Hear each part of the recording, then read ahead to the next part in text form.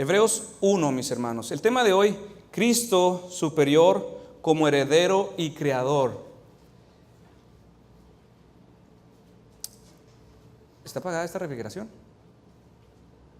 Porque está calentada, creo que está apagada. Ok. Cristo es superior como heredero y creador. Hebreos 1, versos del 2 al 3. Síganme con sus vistas.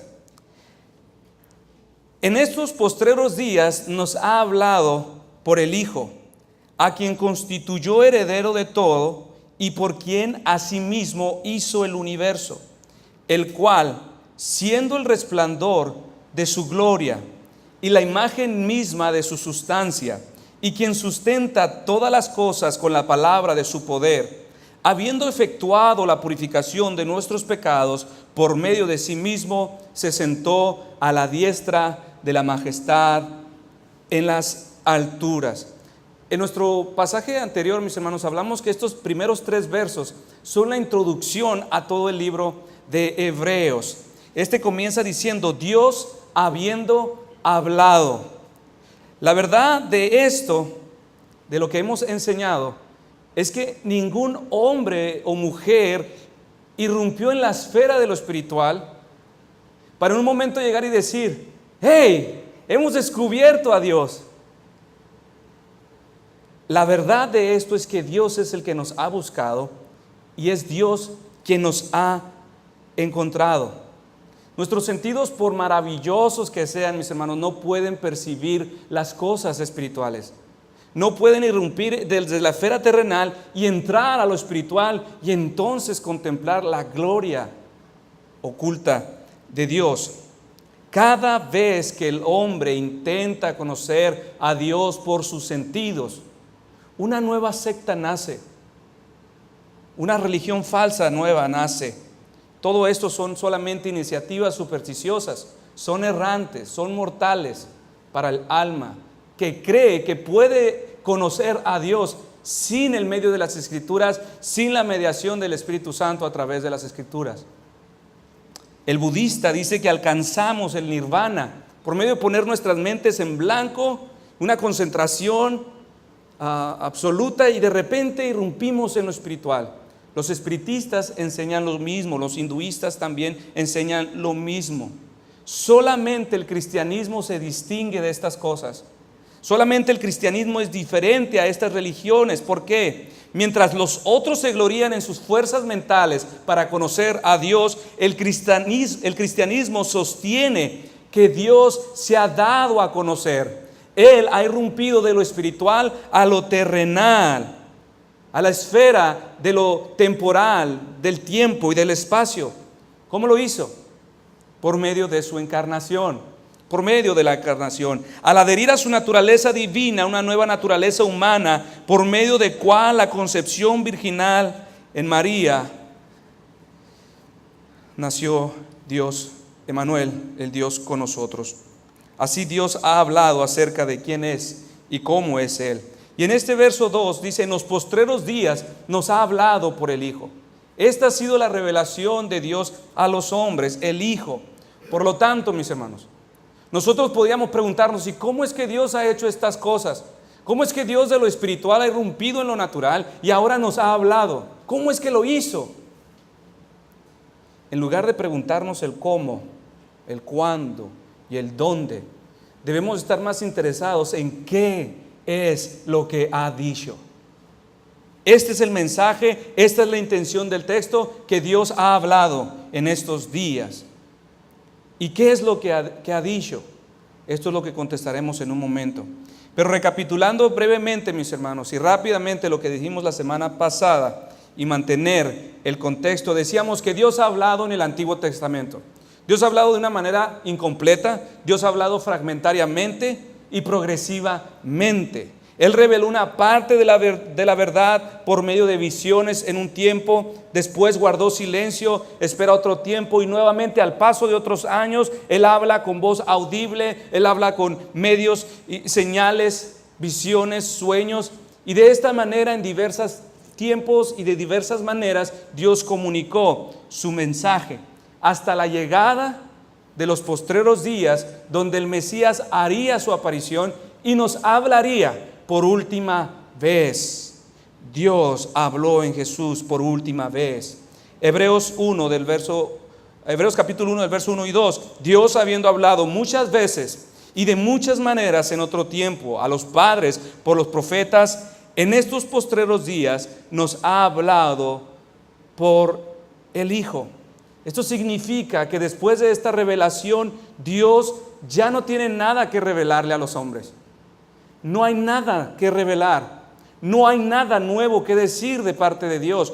Todo lo ha dicho a través de esta nueva y última revelación, la cual no es fragmentaria, es completa, no es temporal, es eterna, no es preparatoria, sino final.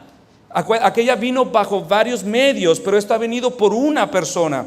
No ha venido a los profetas, dice la Escritura, ha venido a nosotros. Y no vino a los profetas, por medio de los profetas, sino por el Hijo.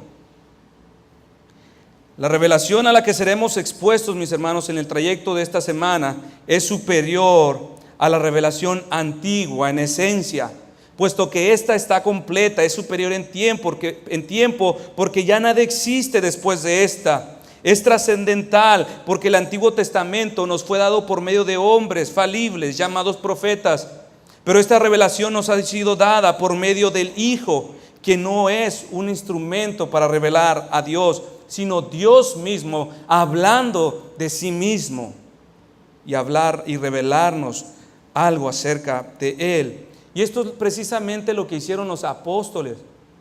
Todos los días, en las sinagogas, por las casas, no cesaban de predicar a Cristo. Hablaban de estas últimas cosas que Dios ha hablado en Cristo. Ahora, repito, lo siguiente debe llamar nuestra atención, mis hermanos. El autor comienza diciendo: Dios ha hablado en los pasados tiempos, y más adelante nos dice, pero en estos últimos días nos ha hablado por el Hijo. Bien, hasta aquí entendemos que el Hijo trajo una última y mejorada revelación de lo que en el pasado se había dicho. Pero si seguimos la lógica de estos primeros 3 versos, deberíamos estar muy interesados en preguntar: ¿y qué es lo que ha dicho el Hijo? ¿No? ¿Qué es lo que ha dicho? Como dijimos anteriormente, la iglesia de los hebreos era una iglesia que estaba sufriendo toda clase de problemas.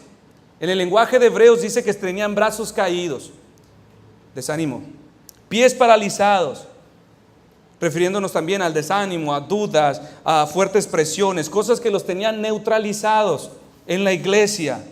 Tentaciones para dejar los caminos del Señor, volver atrás, miedos, había deserción. Algunos de ellos estaban dejando ya de congregarse, estaban ocupándose en tantas otras cosas. Otros seguían asistiendo, pero no estaban comprometidos ya con la iglesia. Escuchaban solamente el ruido de los sermones, de las predicaciones, pero no la esencia del mensaje. Tantas preguntas sucedían en la mente de los hebreos, en la mente de esta pequeña iglesia. ¿Qué si regresamos atrás? ¿Y qué si perdemos todo? ¿Por qué ser tachados de criminales por creer en Cristo? ¿Por qué no mejor tomar el camino fácil? ¿Qué es lo que tenemos hoy como creyentes que no teníamos antes? Y estas preguntas, y la lavadora, y el pago, y las deudas, no los dejaban concentrarse en el mensaje que Dios estaba hablando. Y seguramente, mis hermanos, así como este mensaje fue oportuno a esta iglesia, tal vez, y muy seguro es que también sea oportuno para ustedes, para muchos de los que están aquí. Y al escuchar los primeros 2 versos, mis hermanos, que dice: y ahora Dios en estos tiempos nos ha hablado por el Hijo, tal vez muchos de ellos pensaron: ¿y qué es lo que ha dicho? Vamos, dinos rápido, ¿cuál es la fórmula? ¿Cuál es el método? ¿Qué es lo que tenemos que hacer para salir de este hoyo en que nos encontramos? Quizás se preguntaban: ¿por quién debemos votar? ¿Cómo hago esto? ¿A quién tengo que llamar? ¿A dónde debo ir? ¿Habrá un cambio en las leyes? ¿A quién tenemos que nombrar ahora? Simplemente ellos estaban errando en sus preguntas. Y curiosamente el autor, en lugar de contestar el qué, que es la lógica del mensaje, ¿qué es lo que ha dicho? el autor, siendo inspirado por Dios, responde con el quién de lo que Dios ha dicho. ¿Quién es la respuesta para estos? No responde con el qué, con el cómo, cuándo, dónde, sino con el quién. Dios no vino a los hebreos con estrategias y métodos, 2 pasos para esto, 2 pasos para salir de tus deudas, 2 pasos y entonces para que tengas paz. No, Él viene y responde con el quién. En otras palabras, Dios contestaría a sus temores y preguntas, a su desánimo y a sus corazones endurecidos, recordándoles de la supremacía del Hijo. Y lo que a continuación les da, mis hermanos, como respuesta, y es la misma respuesta a usted, a tus preguntas, a tus distracciones, a tu desánimo, a tu falta de compromiso, es la misma respuesta que recibes de Dios. Léala a partir del verso 2 al 4.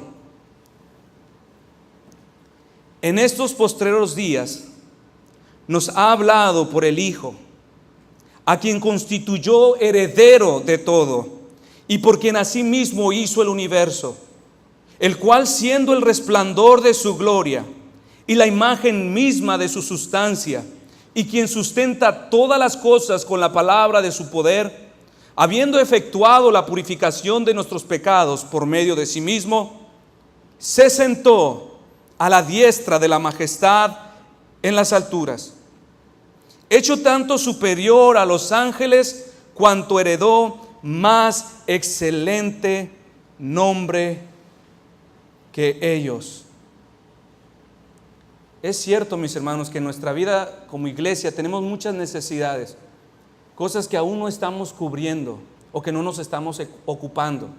Y también es muy cierto y es aceptable que usted en su vida personal tenga diferentes problemas, dificultades, cosas que le causan ciertas dudas, temores, enfriamiento, como son problemas económicos, de trabajo, casa, salud, deudas, con los hijos, con el esposo.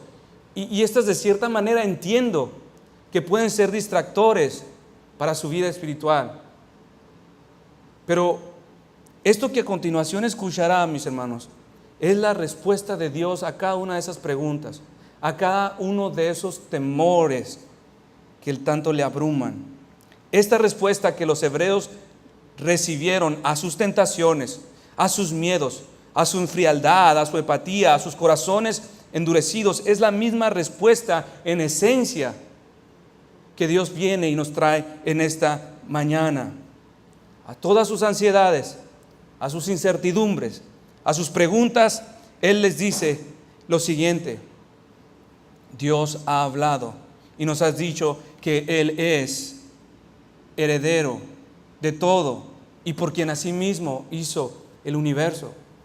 Usted diría, eso no soluciona mis problemas, pero allí está la raíz del problema, de acuerdo a las Escrituras: no reconocer la supremacía de Cristo sobre todo y sobre todas las cosas de nuestra vida como iglesia y de tu vida en particular.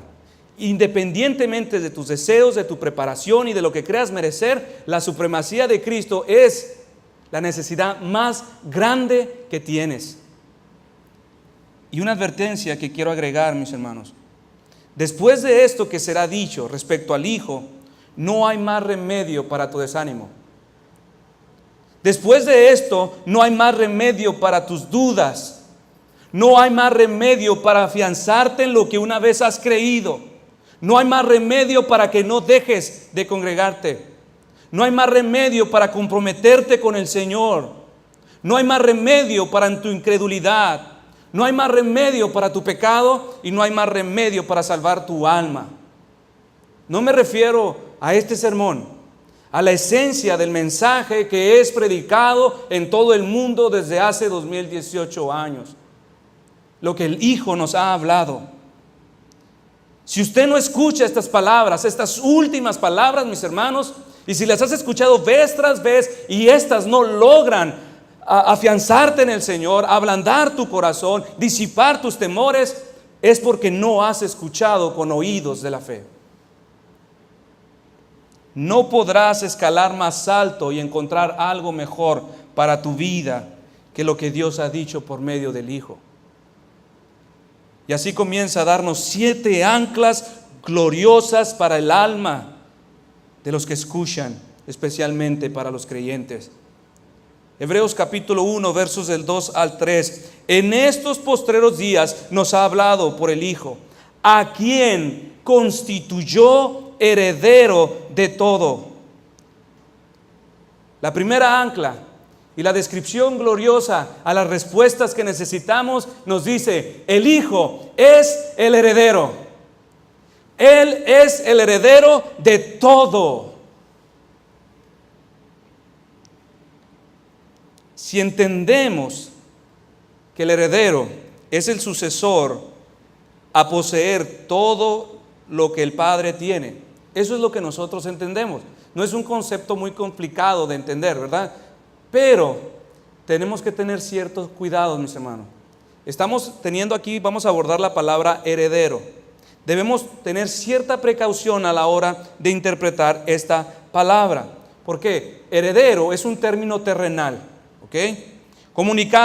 Dios ha usado para comunicarnos verdades espirituales términos terrenales. Cuando Dios nos habla con términos terrenales, debemos tener en cuenta que estos términos son limitados y que tienen restricciones. De un término dado no puede salir toda la verdad acerca de quién es Dios. No podemos extraer de una sola palabra el significado total de lo que Dios quiere decirnos. Esto es precisamente lo que hacen algunos grupos. Toman una palabra y extraen todo el significado de lo que podría significarse con respecto al Hijo, con respecto a Cristo, y entonces de ahí nacen estas doctrinas. Por ejemplo, los testigos de Jehová. Jesús es el Hijo. Es un término terrenal, ¿ok? Esto no es algo que existió en la eternidad pasada. Cuando a Jesús se abordó en la eternidad, Él era la segunda persona de la Trinidad. Él se le dice Dios, se le distingue como Dios. Pero a partir de su encarnación, Él recibe un nuevo nombre, y este es el título de Hijo. Ahora, si yo me centro totalmente en esta palabra, como hacen los testigos de Jehová, entonces que Él sea Hijo significa que hubo un tiempo en que Él no existía. Tal y como cada uno de nosotros que somos hijos, hubo un tiempo donde no existíamos, pero existían nuestros padres. Si significa que Jesús es el Hijo, dicen ellos, entonces esto significa que el Hijo es inferior al Padre. Así como nosotros, en honra, nuestros padres son superiores y les debemos toda la honra de vida de acuerdo a las Escrituras. Pero esto no puede significarse lo mismo para con Jesús. Significa que si Él es el Hijo, entonces el Hijo no puede ser uno con el Padre. Porque nosotros como hijos no somos la misma persona, yo y mi papá. Somos igual de llorones, pero no somos los mismos.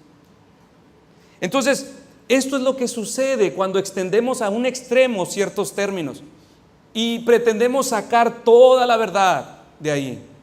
Entonces, este término que tenemos delante de nosotros, mis hermanos, es otro término de la misma naturaleza.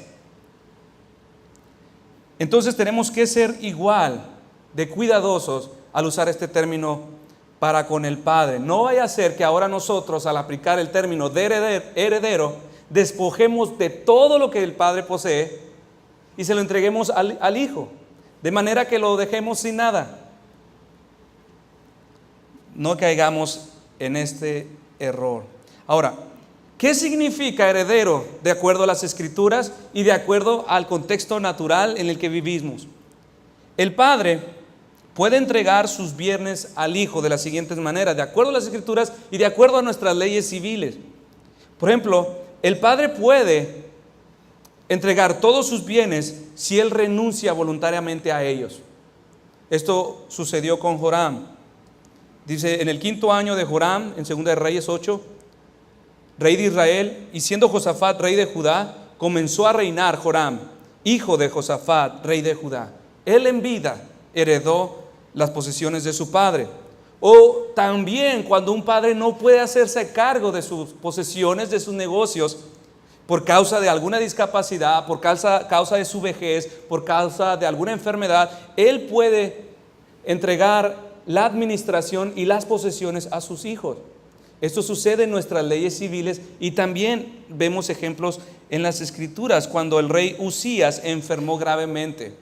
En 2 de Crónicas 26-21, así el rey Usías fue leproso hasta el día de su muerte y habitó leproso en una casa apartada, por lo cual fue excluido de la casa de Jehová, y Jotán, su hijo, tuvo cargo de la casa real, gobernando al pueblo de la tierra.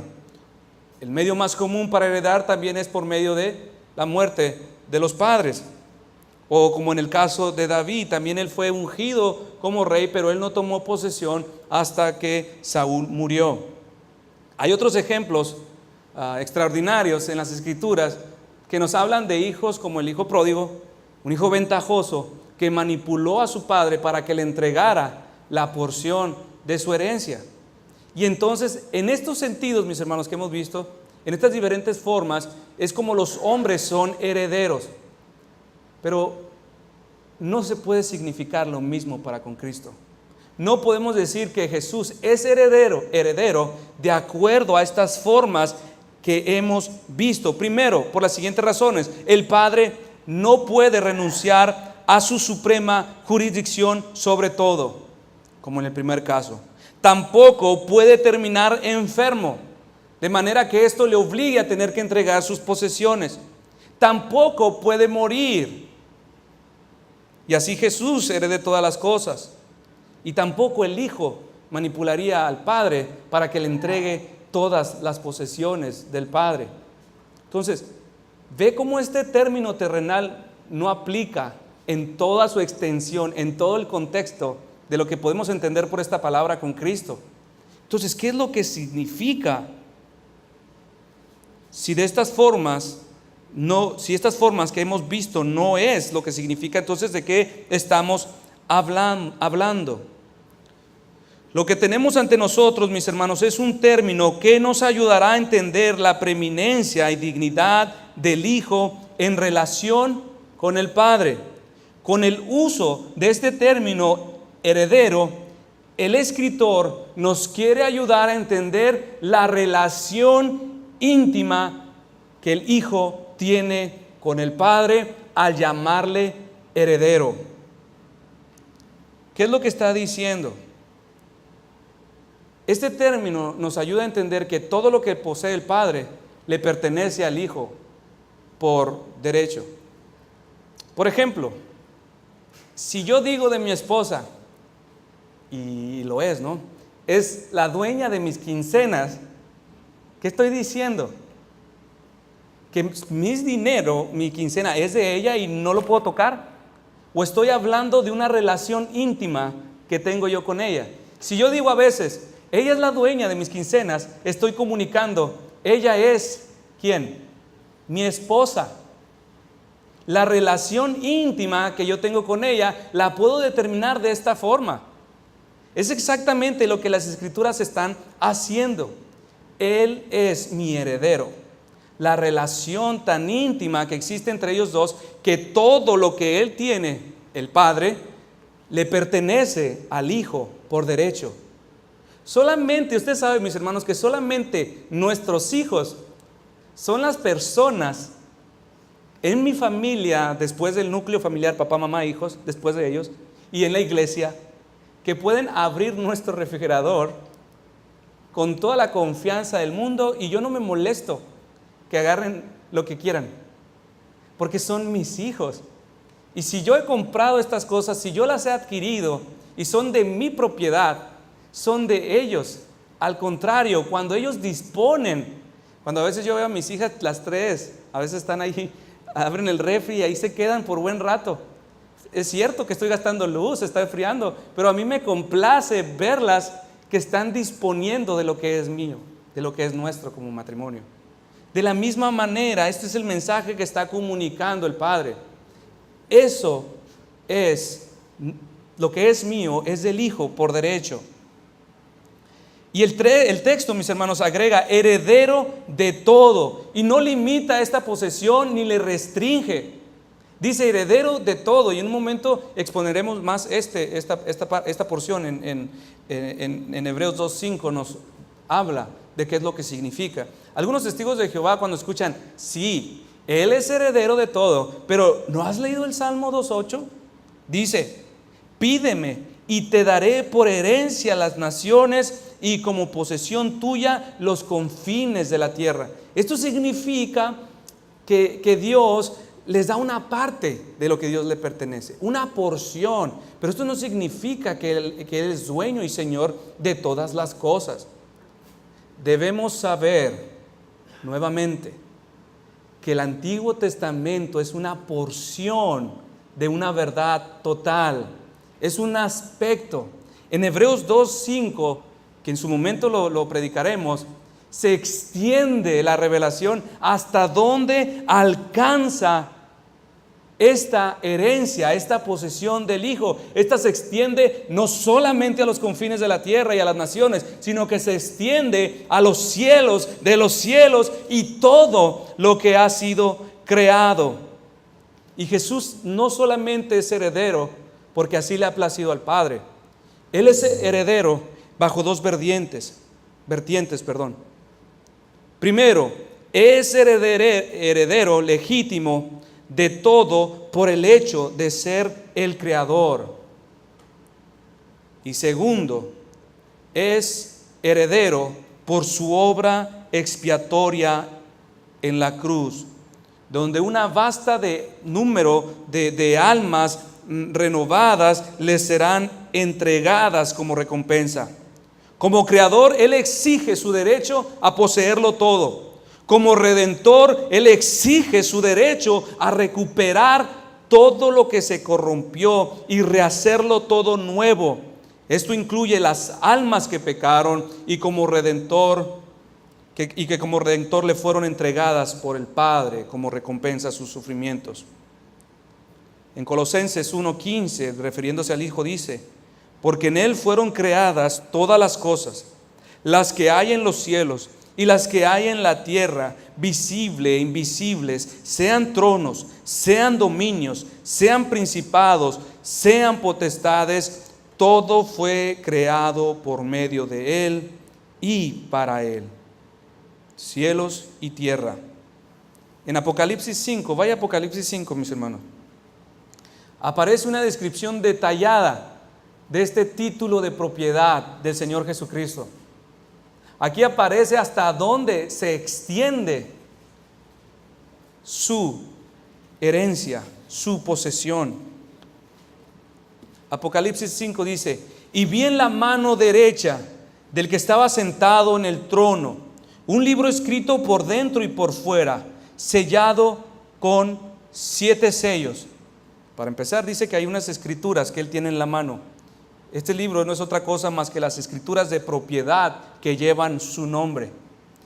Verso 2: y vi a un ángel fuerte que pregonaba a gran voz: ¿quién es digno de abrir el libro y desatar sus sellos? Y ninguno, ni en el cielo, ni en la tierra, ni debajo de la tierra podía abrir el libro, ni aún mirarlo. Y lloraba yo mucho porque no se había hallado a ningún digno de abrir el libro, ni de leerlo, ni de mirarlo. Y uno de los ancianos me dijo: no llores, he aquí que el león de la tribu de Judá, la raíz de David, ha vencido para abrir el libro y desatar sus 7 sellos. Y miré y vi que en medio del trono y de los 4 seres vivientes y en medio de los ancianos estaba en pie un cordero como inmolado, que tenía 7 cuernos y 7 ojos, los cuales son los 7 espíritus de Dios enviados por toda la tierra. Y vino y tomó el libro de la mano derecha del que estaba sentado en el trono. Y cuando hubo tomado el libro, los 4 seres vivientes y los 24 ancianos se postraron delante del Cordero. Todos tenían arpas y copas de oro llenas de incienso, que son las oraciones de los santos. Y cantaban un nuevo cántico diciendo: digno eres de tomar el libro y de abrir sus sellos, porque tú fuiste inmolado y con tu sangre nos has redimido para Dios de todo linaje y lengua y pueblo y nación. Y nos has hecho para nosotros Dios, reyes y sacerdotes. Nos has hecho para nuestro Dios reyes y sacerdotes. Y reinaremos sobre la tierra. Y miré y oí la voz de muchos ángeles alrededor del trono, y de los seres vivientes, y de los ancianos. Y su número era millones de millones, que decían a gran voz: el Cordero que fue inmolado es digno de tomar el poder, las riquezas, la sabiduría, la fortaleza, la honra, la gloria y la alabanza. Verso 13. Y a todo lo creado, es digno de tomarlo, y a todo lo creado que está en el cielo y sobre la tierra y debajo de la tierra y en el mar, y a todas las cosas que en ellos hay, oí decir: al que está sentado en el trono y al Cordero sea la alabanza, la honra, la gloria y el poder por los siglos de los siglos. Los 4 seres vivientes decían: amén. Y los 24 ancianos se postraron sobre sus rostros y adoraron al que vive por los siglos de los siglos. El Cordero inmolado es digno de tomar toda posesión, todo lo que existe, sea en el cielo, sea en la tierra. Él es digno de poseerlo todo. Él es el heredero por derecho. Estas son las escrituras con su nombre. Ahora, Satanás sabía esta verdad. Cuando Satanás vio a Jesús encarnado en la persona de Jesucristo, él como usurpador y haber tomado esta tierra y sus gobiernos y los principados y las potestades que están bajo su dominio, él sabía que el que estaba caminando sobre esta tierra en forma humana era el verdadero titular de todo lo que existe. Pero Jesús, cuando caminó sobre esta tierra, venía a recuperar aquello que le fue confiado a Adán. Dios dejó una imagen suya sobre esta tierra para poseer, para sojuzgar y para señorear sobre todas las cosas. Pero Adán lo entregó. Y Jesús, como el Redentor, viene a recuperar de una manera lícita, de una manera que glorifique a Dios todo lo que le pertenece. Satanás proponía una forma ilícita para entregarle lo que le pertenece. Pero el Señor venció a Satanás y sus tentaciones. Ahora, mis hermanos, no tenemos idea de lo que significa poseerlo todo. No tenemos idea de lo que significa poseer las cosas terrenales, mucho menos cuando habla en plural, los cielos, el cual se distinguen en 3 cielos, y en su momento hablaremos de esto, pero no tenemos idea. ¿Qué sorpresa se llevarán ustedes, mis hermanos? Ustedes que por la causa de Cristo no se afanan en obtener las cosas que puede ofrecer este mundo. ¿Qué sorpresa se llevarán los que en este mundo estuvieron dispuestos a empobrecerse para ganar a Cristo? ¿Qué sorpresa se llevarán ustedes por tomar de lo mucho que ofrece esta tierra solo un poco y seguir manteniendo su mirada en las cosas eternas? ¿Qué sorpresa se llevarán todos los que han estimado al Señor Jesús más que cualquier otra de las cosas que ofrece este mundo? Dice Romanos 8, 16 al 17. El Espíritu mismo da testimonio a nuestro espíritu de que somos hijos de Dios. Y si hijos, también herederos, herederos de Dios y coherederos con Cristo. Qué sorpresa nos llevaremos, mis hermanos, al entrar al reino de Dios. Qué sorpresa nos llevaremos cuando al fin se abran nuestros ojos y digamos: por esa casa hecha de lodo me afanaba, por esas monedas de metal me afanaba y perdí oportunidades gloriosas en la tierra. Pero qué terrible será, mis hermanos, que en ese día los ojos del entendimiento serán abiertos a muchos y dirán: perdí todo, y lo que pueda significarse en la eternidad, todo, por estas cosas terrenales. Y lo que es peor, gané el mundo y perdí mi alma. Aquellos que se afanaron en los tesoros de la tierra, donde la polilla y el orín corrompen, donde ladrones minan y hurtan. Esto es simplemente un recordatorio de las cosas pasajeras. Si a usted ve un mueble que se llena de polilla, es un recordatorio. Si a usted le roban algo que usted posee, es un recordatorio. No hagas tesoros en la tierra. Si como cristianos nos preguntamos: ¿qué tengo ahora en Cristo que no tenía antes? Solamente le puedo responder: no tienes idea. Y no se te ha concedido que lo tengas y que lo entiendas, porque tu corazón no va a poder resistir tal magnitud de gozo sin que colapses en un infarto. Había una vez un pastor que era un pastor que fue buscado por una hermana. Resulta que un hombre moribundo estaba en el hospital y se ganó la lotería. $10 millones. Se los ganó. Y no sabían cómo decirle. La familia estaba tan contenta, tan alegre, que dijeron: hay que decirle. Tenemos que decirle, pero ¿cómo? Sin que le haga daño. Buscaron al pastor de la iglesia: pastor, fíjese que esta es la situación. Necesitamos que usted, con su sabiduría y sus palabras, le diga a nuestro padre que ganó $10 millones. Y el pastor asumió esa comisión, y ahí va, y le dice, y platicando con él después de saludarlo, le dice: hermano, ¿qué harías tú si te ganaras $1,000? No, pues si yo ganara $1,000, se los daría a mi hermano para que arregle su fachadita de la casa, que le falta ya una pinturita. Y hermano, ¿qué harías si ganaras $100,000? No, pues si ganara $100,000, yo creo que los donaría al hospital, donde sabe tanto enfermo y tanta necesidad. Hermano, ¿qué harías si ganaras $10 millones? No, pues entonces se los donaría a la iglesia. Y el pastor, ¡pum!, le dio un infarto. Así es, mis hermanos, que no tenemos idea de lo que Dios nos ha dado en Cristo. Y no es tanto cosas materiales lo que estoy diciendo, a Cristo mismo.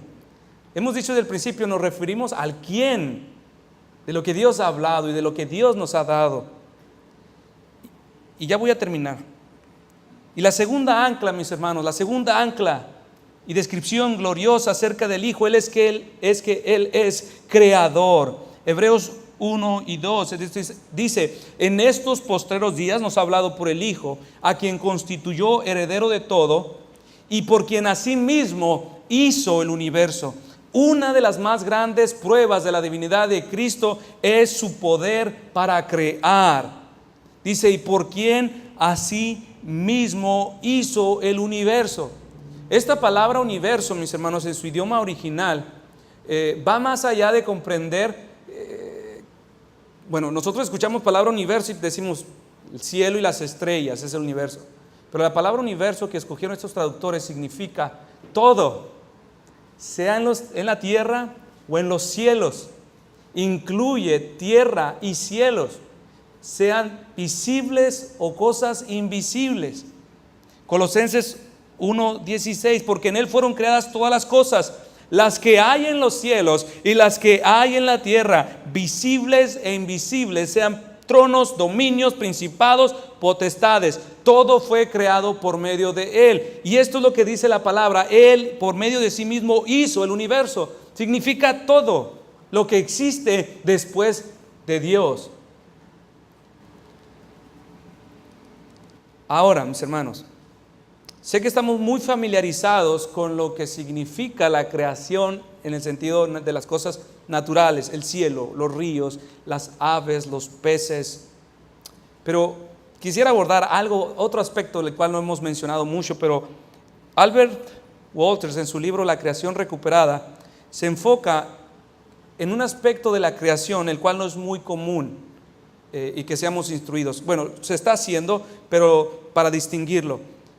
Él habla de la creación intangible de Dios, aquellas cosas que pertenecen a las leyes naturales, así como a las leyes morales, todo esto que tiene que ver con principios, ética, para ayudar al cristianismo a discernir en qué área está su responsabilidad. Esto es parte de la creación de Dios que Él viene a recuperar.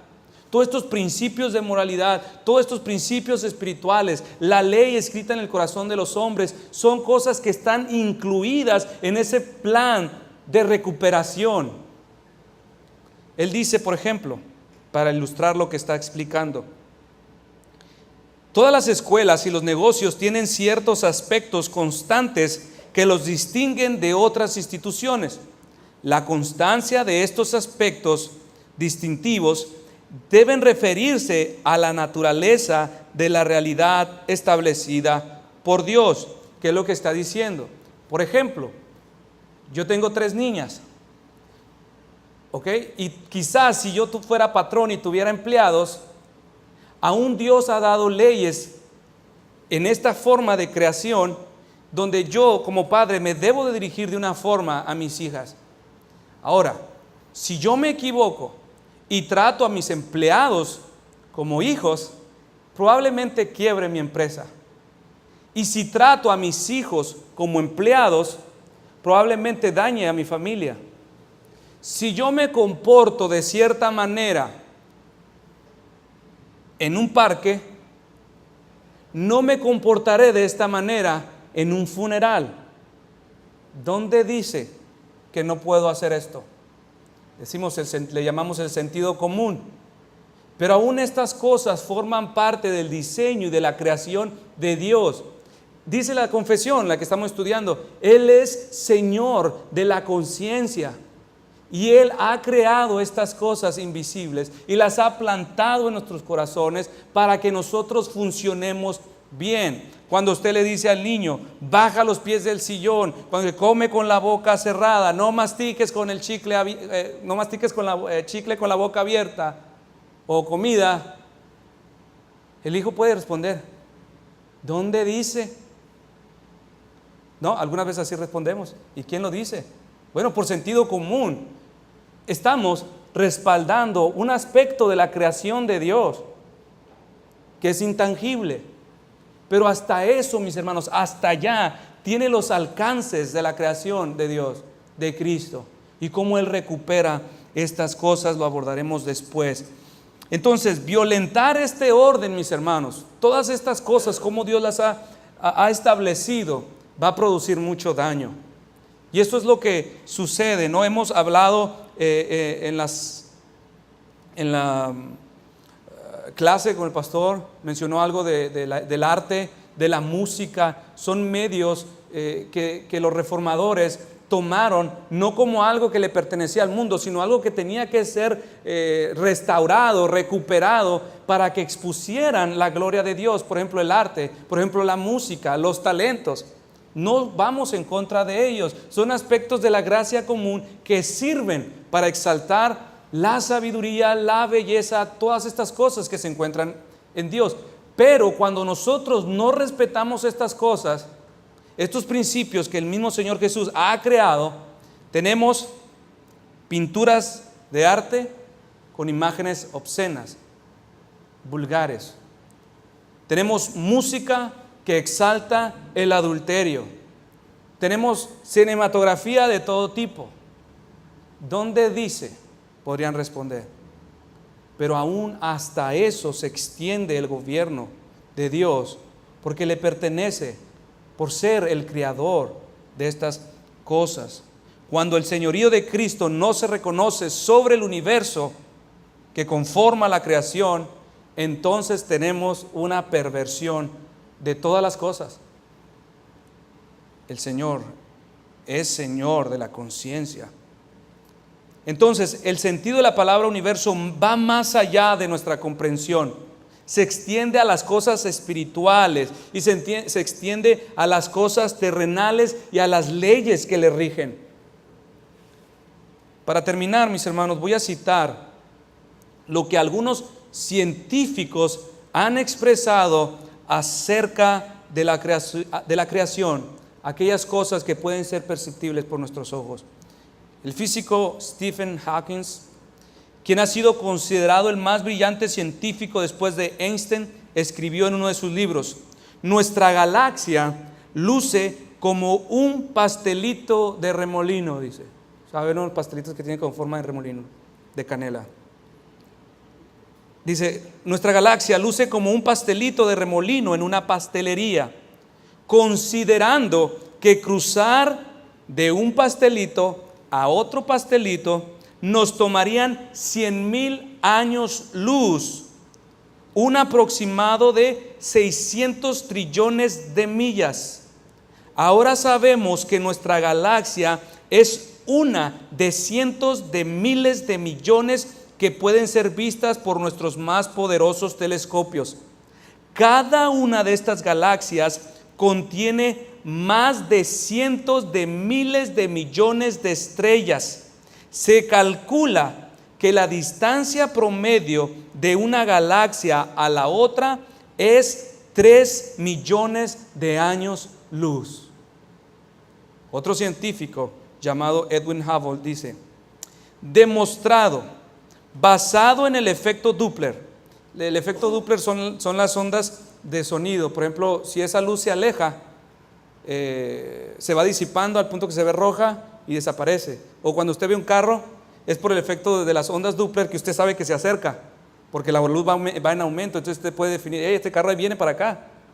Igual cuando se aleja, es el efecto Doppler. Dice, demostrado por este efecto, dice, las galaxias al alejarse toman un color rojizo y entre más se acercan, azul. Pero lo curioso es que todas estas están tomando un color rojizo, lo cual indica que todas se alejan. Esto significa que el espacio está constantemente expandiéndose.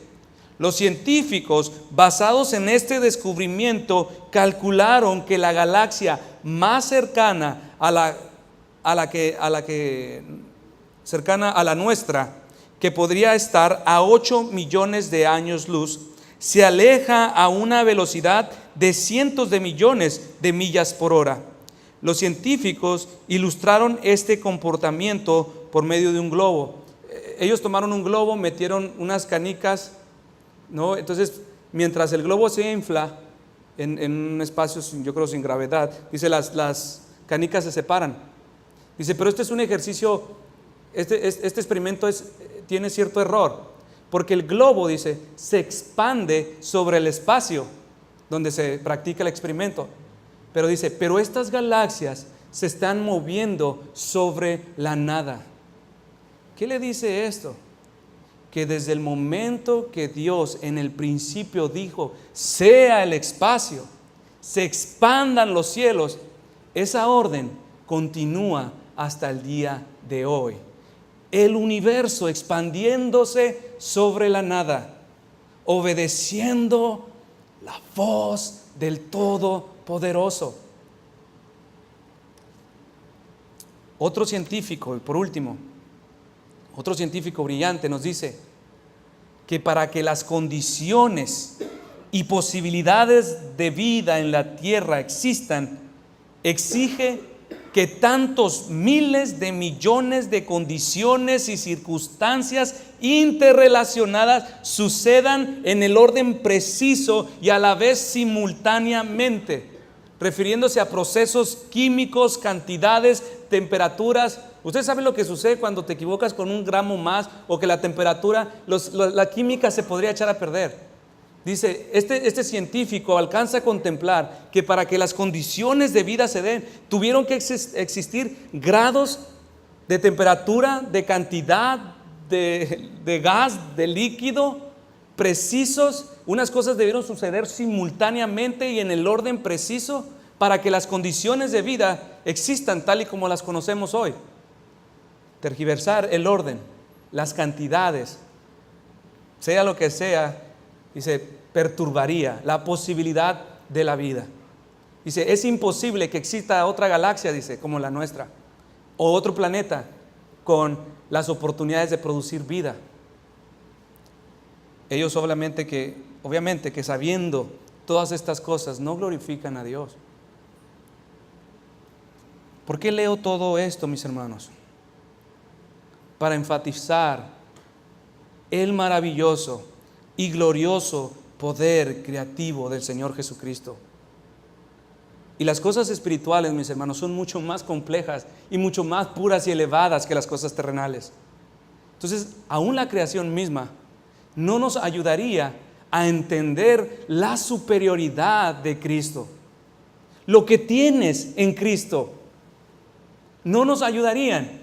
Pero esto es lo que hasta donde nuestra mente puede alcanzar, y el autor de Hebreos toma estos ejemplos, estos términos terrenales para ayudarnos a elevar nuestra adoración, para ayudarnos a poner nuestros ojos en las cosas eternas. Como heredero del Padre, Él nos habla de la íntima relación que tiene Jesús con el Padre. Él tiene el derecho de poseerlo todo, y no solo porque tiene el derecho, sino porque también Él es creador. Y no solo eso, sino también Él es redentor, quien ha recuperado todo lo que se perdió en Adán. ¿Cómo saben, mis hermanos, que este Jesús de quien estamos hablando, este Dios con autoridad para poseerlo todo y de recuperarlo todo si así le place, o de consumirlo y envolverlo todo y tirarlo así como tira usted una basura al tambo? ¿Cómo sabe usted que usted es la posesión del Señor? ¿Cómo sabes que Él es el redentor de tu vida? ¿Cómo sabes que Él es para ti quien dijo ser? Debemos asegurarnos, mis hermanos, que este Creador, este heredero de quien estamos hablando, nos posea. Seamos nosotros su posesión. Yo no podría decirle, Señor, yo te hago mi Señor. Eso es absurdo. Hazme Señor de tu propiedad. Mira que estoy perdido, recupérame por la obra expiatoria de la cruz. Esa obra que convenía al Padre, que dice Hebreos, y que convenía de igual manera al Hijo. Señor, que esto sea eficaz para mi vida. Si no eres verdaderamente, el Señor no te posee, mis hermanos. Si no eres su posesión especial de Cristo, seguirás teniendo muchos conflictos con este mundo. Seguirás teniendo conflictos entre pararte sobre las cosas eternas o las cosas temporales. Intentarás ver si puedes estar un pie en el mundo y un pie en el cielo, pero esto es imposible. Asegúrate de que es a Cristo, que es Cristo quien posee tu alma, quien ha abierto tus ojos para entender que Él es digno y es superior a cualquier otra cosa que hayas visto en esta tierra. Para gloria de Dios Padre y para el bien de tu alma. Ora al Señor y búscale. Oremos.